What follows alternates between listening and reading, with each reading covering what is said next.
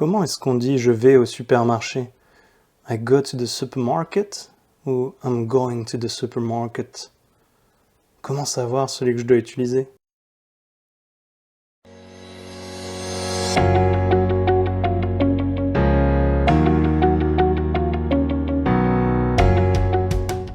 Pour maîtriser le présent simple en anglais, on a besoin de 4 choses.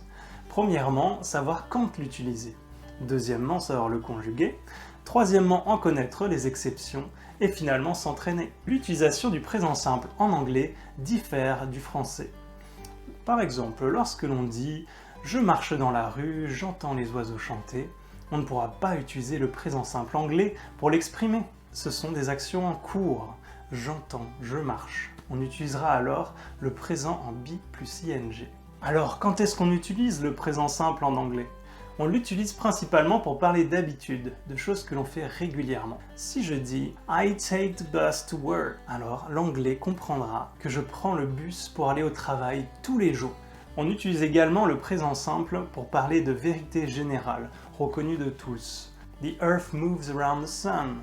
If I drop an apple, it falls. » On le retrouvera également dans les proverbes. « An apple a day keeps the doctor away. Birds of a feather flock together. » Enfin, on utilisera le présent simple avec des verbes d'état. I love you. I don't believe you. You look tired. Pour conjuguer le présent simple, il suffit d'ajouter un S au verbe à la troisième personne du singulier. Pour toutes les autres personnes, le verbe ne change pas, il reste comme à l'infinitif. On ne notera que 2 exceptions à la conjugaison du présent simple avec les verbes to be, être, et to have, avoir. Pour le verbe être, il y a 3 conjugaisons. I am, you are, he or she is. Et puis, pour le pluriel, on reste sur are, comme avec you.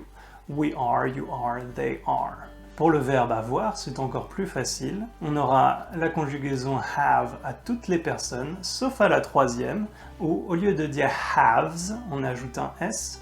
On le conjuguera différemment avec has. On retrouve toujours un S. On note également une exception sur l'utilisation du présent simple.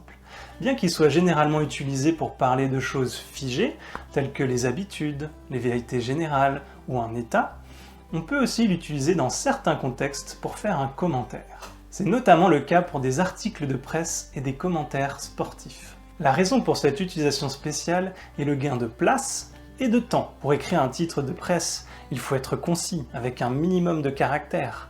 On ne peut pas faire plus concis que le présent simple. Armed robbery leads to police chase in Dublin. De même, lorsqu'un match se déroule avec des actions rapides successives, le présentateur utilisera le présent simple pour commenter. Beckham passes the ball to Johnson, Johnson kicks and goal! À présent, entraînons-nous à 2 choses. Dans l'exercice suivant, je vous propose des phrases au présent simple en français. Ici, on ne s'intéressera pas à la traduction de la phrase, mais simplement à identifier quand on doit utiliser le présent simple en anglais. Je l'attends, il fait ses courses. Je n'étudie pas tous les soirs. Julie dort à présent. Il mange chez lui le soir. Je ne bois pas souvent du café. Chérie, je prends la voiture pour aller au travail. Si besoin, mettez la vidéo en pause pour choisir lesquelles de ces phrases ont besoin d'un présent simple en anglais. À présent, la correction expliquée.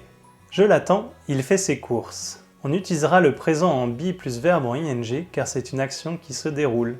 Je suis en train de l'attendre, il est en train de faire ses courses. Je n'étudie pas tous les soirs. On utilisera le présent simple, car ici on parle d'une habitude. Julie dort à présent. On utilisera le présent en be plus verbe en ing, car elle est en train de dormir. Il mange chez lui le soir. On utilisera le présent simple car on parle d'une habitude. Je ne bois pas souvent du café.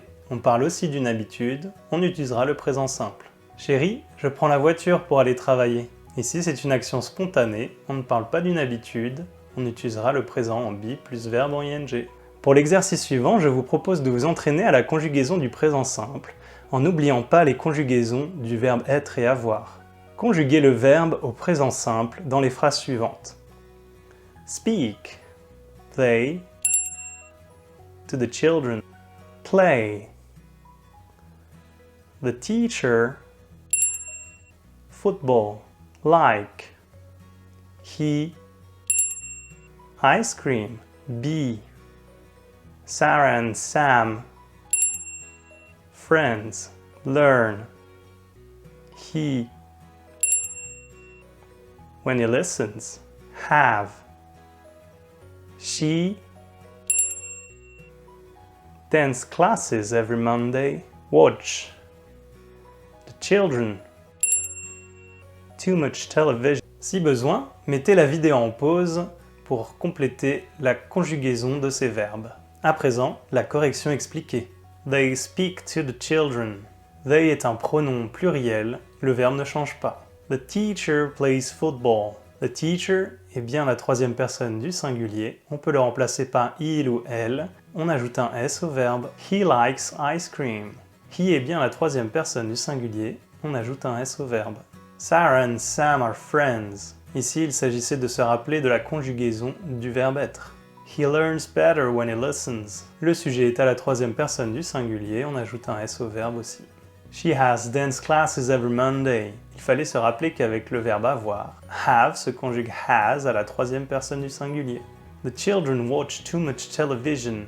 The children est un sujet pluriel, le verbe ne change pas. Pour maîtriser complètement le présent simple, je vous propose de continuer à vous exercer avec une autre vidéo, dont voici le lien. Vous le trouverez aussi en description. Si vous pensez maîtriser le présent simple, je vous suggère d'avancer sur une autre leçon, notamment celle pour comprendre quand mettre un ES ou un IES plutôt qu'un simple S en terminaison. Le lien va aussi s'afficher là-haut et je vous l'ajoute en description. À bientôt!